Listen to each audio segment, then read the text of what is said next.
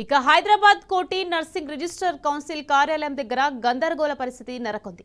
Certificate కోసం వచ్చిన తమకు డేటా మిస్ అయిందంటూ అధికారులు అదనపు వసూళ్లకు పాల్పడుతున్నారని నర్సింగ్ ఆఫీసర్స్ మండిపడుతున్నారు. 3 నెలలుగా జీతాలే రావడం లేదని 5,500 రూపాయల రుసుం ఎలా చెల్లిస్తారని ప్రశ్నిస్తున్నారు. సర్టిఫికేట్ల కోసం దూర ప్రాంతాల నుంచి చిన్నపిల్లలతో వచ్చి తీవ్ర ఇబ్బందులు పడుతున్నామని, రిజిస్ట్రేషన్ వెరిఫికేషన్ అంటూ పదే పదే తిప్పుతున్నారని, ఇక్కడ కనీస సౌకర్యాలు కూడా లేవని ఆవేదన వ్యక్తం చేస్తున్నారు. దీనిపై మరింత సమాచారం మా ప్రతినిధి కిరణ్ అందిస్తారు. నర్సింగ్ కౌన్సిల్లో కొంత గందరగోళం నెలకొంది. ఈ నేపథ్యంలో పూర్తిగా గత ప్రభుత్వం రెన్యువల్ కోసం నర్సింగ్ కు సంబంధించినటువంటి సర్టిఫికేట్ రెన్యువల్ కోసం 500 తీసుకుంటే ఈసారి డేటా మిస్ అయిందంటూ కూడా ఆఫీసర్లు నిర్లక్ష్యంగా సమాధానం చేస్తున్నారు. దాదాపు 5,500 వీళ్ళ దగ్గర నుంచి కూడా వసూలు చేసినట్టుగా తెలిసి ప్రస్తుతం మనం తెలంగాణ నర్సింగ్ కౌన్సిల్ వద్ద ఉన్నాము. రెన్యువల్ కోసం వచ్చినటువంటి వాళ్ళంతా కూడా చిన్నపిల్లలు తీసుకొని చాలా మంది ఇక్కడికి వచ్చినటువంటి సిచ్యువేషన్ మనకు కనిపిస్తుంది. ఈ నేపథ్యంలోనే పూర్తిగా 5,500 ఎక్స్ట్రాగా అమౌంట్ తీసుకుంటూ గతంలో 500 తీసుకున్నటువంటి అమౌంట్ ఈసారి 5,500 తీసుకుంటున్నారని కూడా ఆవేదన వ్యక్తం చేస్తా ఉన్నారు. ఈ నేపథ్యంలో పూర్తి స్థాయిలో డేటా మిస్ అయిందంటూ కూడా నిర్లక్ష్యంగా సమాధానం చెప్తున్నట్టుగా తెలిసి కొంతమంది ఉన్నారు. వాళ్ళతో కూడా మాట్లాడించేటువంటి ప్రయత్నం ఏమని చెప్తున్నారమ్మా? డేటా ఎందుకు మిస్ అయింది, మీకు ఎంత వసూలు చేస్తున్నారు? ఆల్రెడీ మేము ఇక్కడ టీఎస్ లో చదివినాము, మళ్ళీ ఏపీగా మారింది అన్నారు. ఏపీకి మళ్ళీ ఆంధ్రప్రదేశ్ పోయి కార్డు తీసుకొచ్చుకున్నాము. జూన్ లో వచ్చి మళ్ళీ అప్లికేషన్ మార్చడానికి అని ఇచ్చాము. ఇస్తే ఇంకా మళ్ళీ 45 డేస్ తర్వాత డౌన్లోడ్ చేసుకోండి అన్నారు. 45 డేస్ తర్వాత వచ్చి అది అవ్వలేదు. మళ్ళీ అక్కడ వెళ్ళి ప్రింట్ తీసుకొని అన్నారు. అక్కడ అడిగితే ఇంకా పెండింగ్ ఉందన్నారు. మళ్ళీ మొన్న లైన్ లో నిలబడితే లాస్ట్ కు అయ్యింది జరిగింది అని అన్నారు. మళ్ళీ రెన్యువల్ ఉంది అని అడిగితే మళ్ళీ తీసుకెళ్లి రెన్యువల్ కి ఇచ్చాం సార్. నాది రెన్యువల్ డేట్ ఏం అయిపోలేదు, నాదైతే 500 తీసుకుంది సార్. ఇంకా రెన్యువల్ డేట్ అయిపోయిన వాళ్ళకు 5,500 అని అనుకున్నాం. మేము 2023లో మేము ఫైన్ అన్నారు సార్, మేము కట్టాము. 2023లో కట్టినప్పుడు మనకు 5 years వరకు ఉంటది కదా సార్. 2023లో మేము వచ్చి అమౌంట్ కట్టిన రిసిప్ట్ మేము మళ్ళీ అది రెన్యువల్ అయిపోయింది అన్నట్టు మనకు 2018 వరకు ఉంటది, 2008 వరకు ఉంటది, 28 వరకు ఉంటది మనకి. యాక్చువల్ గా 28 వరకు ఉంది అని మేము 10 రోజులకు వచ్చి తీసుకోమంటే మేము 10 రోజులకు వస్తే సర్వర్ వస్తలేదమ్మా అని అన్నారు. సర్వర్ అంటే మళ్ళీ అది అట్లనే ఉంటది కదా అని మేము అనుకున్నాం. మళ్ళీ అడిగితే ఏమన్నారు, మీరు 2023లో కట్టిన రిసిప్ట్ నా దగ్గర ఉంది సార్, యాక్చువల్ నా దగ్గర ఉంది, మరి అది కట్టింది ఉంది కదా మేడం అని అంటే, నువ్వు ఆన్లైన్ లో చూస్తే వస్తలేదు, నువ్వు ఖచ్చితంగా మళ్ళీ 5,500 కడితేనే నువ్వు రిజిస్ట్రేషన్ అవుతుంది, లేకపోతే రిజిస్ట్రేషన్ కాదు అంటే. మరి 2023లో కట్టిన నా దగ్గర రిసిప్ట్ ఉంది కదా, అది ఎట్లా సర్వర్ పోతుంది అని నేను అడిగాను సార్. పోయింది కానీ మేమేం చేయమంటారు, లేదు అని అంటున్నారు సార్. నిర్లక్ష్యంగా సమాధానం చెప్తున్నారు. మేము జీతాలు కూడా మీకు సార్ మేము ఎంత కష్టపడ్డా కూడా మాకు ఎవరు కూడా దీనికి సహకరిస్తారు. మళ్ళీ ఇదే ప్రాసెస్ లో ఈ చిన్న సబ్జెక్టులోనే చేస్తున్నారు సార్. మేము లాంగ్ నుంచి వెళ్ళి ప్రయాణాలు చేసి వస్తున్నాము.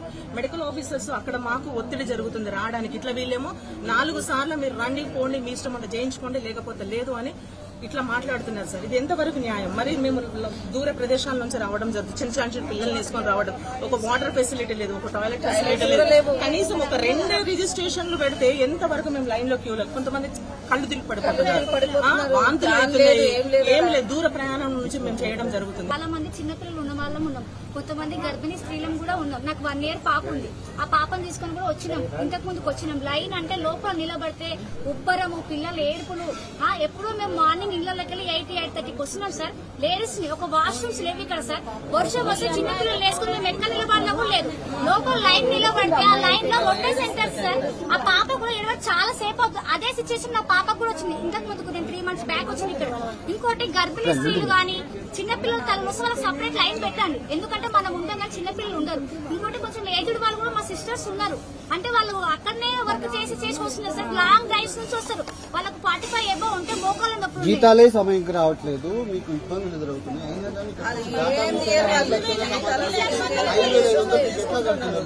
అయితే చేసినాం సార్. ఆ రోజు ఏమన్నారు, 45 days అయిపోయినాక రాకపోతే రండి అన్నారు.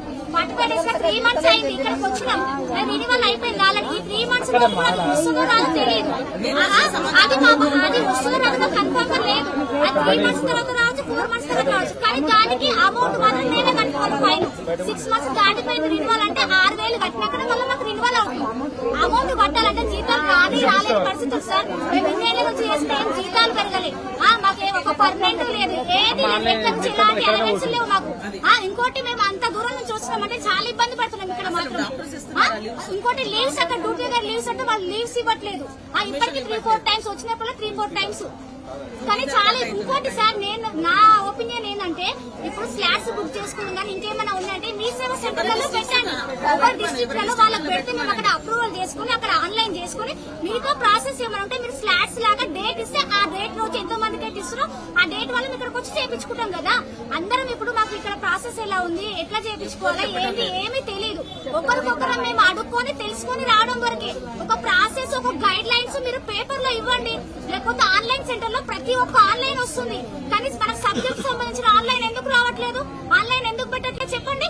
ఇప్పుడు మేము ఫ్యామిలీస్, పిల్లలు, డ్యూటీ, ఏఎన్సీలు మాకు అనేకమైన టెన్షన్స్ ఉన్నాయి సార్. అయినా కూడా మేము మాకు కావాలి, ఎందుకంటే సర్టిఫికెట్ మా రినివల్స్ రేపు ముందు కొన్ని జాబ్ నోటిఫికేషన్స్ ఉన్నాయి. అందులో నోటిఫికేషన్స్ ఏ చిన్న సర్టిఫికెట్ లేకపోయినా కూడా రిజెక్ట్ అయ్యే అవకాశం ఉంది. రిజెక్ట్ అయ్యి జాబులు పోయిన వాళ్ళు ఎంతో మంది ఉన్నారు. ఇప్పుడు ఆ స్థానంలో రేపు మేము కూడా కావచ్చు, చెప్పలేం.